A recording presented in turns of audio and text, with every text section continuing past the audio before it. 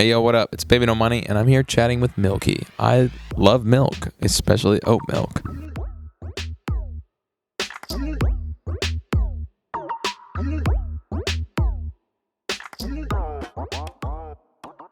First off, you need Jesus. I mean, it's pretty obvious. When I made this song, we were actually super uninspired in the studio, and this guy walks in with a Bible and just walks up to Christian Diamond Pistols and just slaps the Bible down and walks out of the room. And I was like, you need Jesus. And then we both looked at each other, and I was like, yo, that's fire. That's a good tagline. And that's kind of it. And then it doesn't really make any sense other than that the whole way through. But the music video is ridiculous. I'm excited for that one to come out. Goodness gracious. Kind of just another like surfy beach bop type song. Really upbeat, really fun. We shot a music video in Hawaii. And it was a really good time. Like we were wearing barefoot shoes. I was like in the forest with Gravy, and we were running around, and I got a bunch of like needles in my feet, and it was sick. It was a really good time. We were like on the beach at like 6 a.m, and we shot until like 2 p.m. or 2 a.m. the next day, and yeah, it was really fun. It was just like run and gun in Hawaii, and it got a bunch of beautiful shots. I feel like especially Gravy, he knows how to have a lot of fun, and having fun is kind of more than ideal, you know? Like, I feel like everyone kind of wants to have fun. So it's just like, why wouldn't we all just have fun?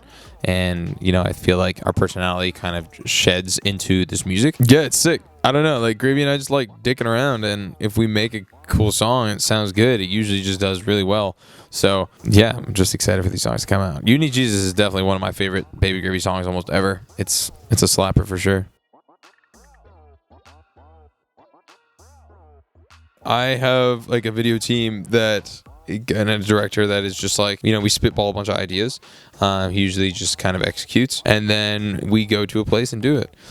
As far as like how important it is to create like a visual world of Baby Gravy, it's definitely important. You know, it's probably one of the most important things is to make it believable and make it fun and enjoyable for our fan base. And yeah, I think these next 2 music videos are bangers, and you guys will see.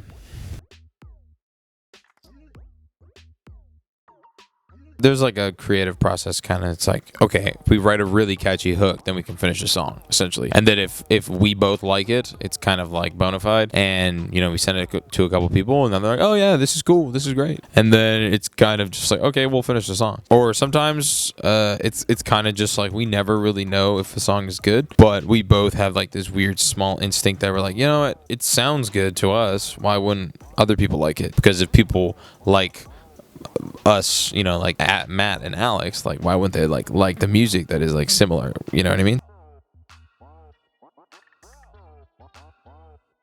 Dude, I don't think there's been any evolution into Baby Gravy. I think there's been like regression. I think we're losing our minds more and more. That's coming out in our music. Yeah, I don't know. I don't think anything's really changed. We kind of just make really goofy, dumb songs, and it's sick. It's a good time. And then we just did this North American tour, and it was absolutely bonkers. Like every single show was like 3,000 to 5,000, and yeah, it was like a dream come true. It was cool to do a tour with a really good friend of mine, and everyone had a good time at the shows, it seems. So yeah.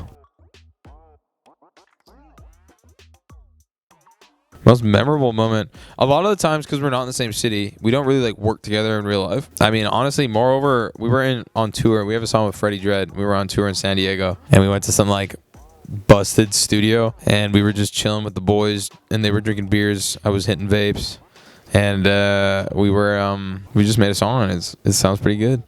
And it was always like a really good time to work with Freddie Dredd and Matt in the room, and it's just like kind of like someone goes and freestyles a bunch of nonsense, and then everyone's like, yeah, that part's fire. And then you just kind of rinse that, and you just keep working on that, and that's how you make music. Well, at least that's how we make music. So that was a good moment. But it was definitely more over on the tour perspective that it was just a fantastic time on tour, without question.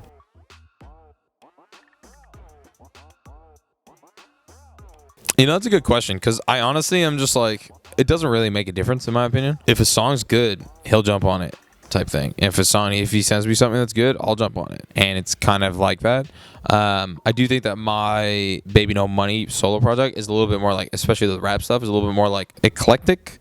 When it comes to Baby Gravy, it's a little bit more like, you know, typical like rap beats and whatnot, but I feel like when I rap on, Bbno Money beats, it's a little bit more wonky, a little bit more left field. And when Gravy raps on his own stuff, it's like super, super sample based and like almost like 70s, 80s like samples that are just like all very soulful and like really, really big trap drums. And I kind of try to stay away from like super trappy drums, but we have like a mix of both on this project, and it's great. Well, it clearly worked so well in North America. I don't know why we wouldn't. But as of right now, like 2024, I'm not going to tour nearly as much. So it'll be nice to maybe come back out here in 2025. And I think he has the same perspective. He kind of wants to take it easy, to be honest. Yeah, maybe 2025 Baby Gravy tour. It's been really good. All the shows have been great. We updated our set and we've been doing a lot of new songs, and I feel like we have a flow in our set that is just like the best it's ever been. And I feel like most people who come to my show at this point too are kind of like, wow, that was a really good show. So I don't know. Everything's been great. Dan, what do you think has been the highlight? I don't really know. Amsterdam. Yeah, toss. Give me. So, there's this thing called Date with Tate McGregor, and she made me a t-shirt that I used to be in this group called Broke Boy Gang. I know this is nothing Baby Gravy related. I'm sorry, Matt. But look at this. See, exact replica, but with Tate's head 6 times on each side. And here's where the origin of Bbno Money came from. There's a space because we didn't know we were going to actually put it together. And this is because DJ Dan decided Baby Freestyle was not it. And it didn't fit on the back. And this is the origin story. I have one of these shirts at home and she made it. I don't know. I have no idea how she figured out how to completely make this. But God bless. So...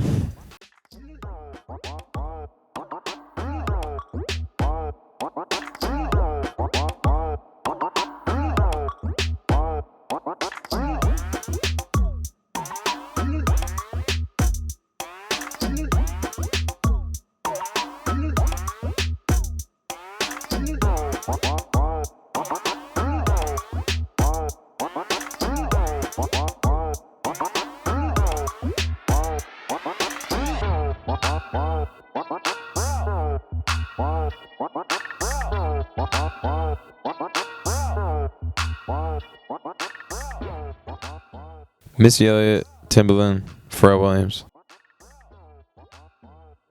Missy Elliott, Timbaland, Pharrell Williams. Ooh. 1999 as far as rap music by Joey Badass, probably. Good Kid, Mad City. Kendrick Lamar is a really good one. Or Get Rich or Die Trying. 50 Cent. I really like Random Access Memories for like electronic music too. I don't know if I answered that. I'm trying to see what I'm trying to think what I said back then, but it'd probably be similar, to be honest.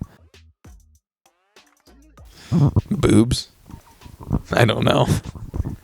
I think about literally like why am I on stage? Like what is going on right now? And I'm like, there's all these people here. Like to see me, it's ridiculous. I don't know. It's kind of like it's still surreal every time. It's not as surreal like the first time DJ Dan and I were in China, and I remember vividly turning around to him and be like, what the fuck is going on? And it was a cool experience, but it's not as surreal as it used to be, but it's still crazy, That's a really difficult question.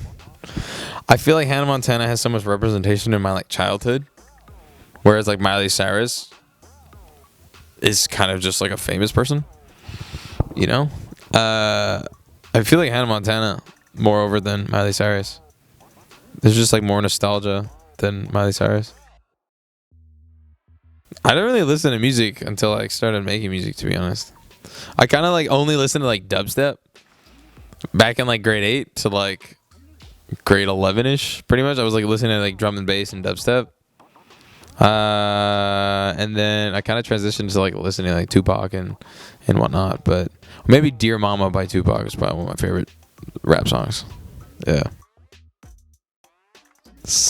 Maybe Skrillex. I think Skrillex, like Dirty Sprite, or what's it called? Scary Sprites. Yeah, Scary Monsters and Nice Sprites tour in Vancouver at the Peony Forum. I was dead sober. I remember I was just like, dude, there's like so many girls here. This is crazy. And there's good music. I don't know. Like, that was probably the best show I've ever been to. But I got in the car afterwards. My dad was driving us home. He turns around and he's like, you guys smell like marijuana. You guys smoke weed. And I was too sober for that, so no, I did not. Spice Girl for sure. Turmeric Timmy.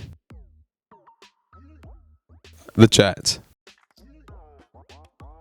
Honestly, this year we did a show in Amsterdam, and I have a song called Still, and it's like a ballad, and they were moshing to it. It was insane. I've never experienced so much energy in one room in my entire life. It was fantastic. It was a great show. Probably Lil Nas X as of recent, with no question. He's a savant. He's probably one of the smartest musicians out there right now, for sure. April 26th, what would I tell myself a year from now? Well, I would just be ideally not touring. So I hope you're not touring, Alex. Take some time off. I was really high, and we made a song, and it was really fun. And I was like, I kind of want to do this for the rest of my life type thing. I don't know. It's kind of hard to explain. It's like some euphoria shit.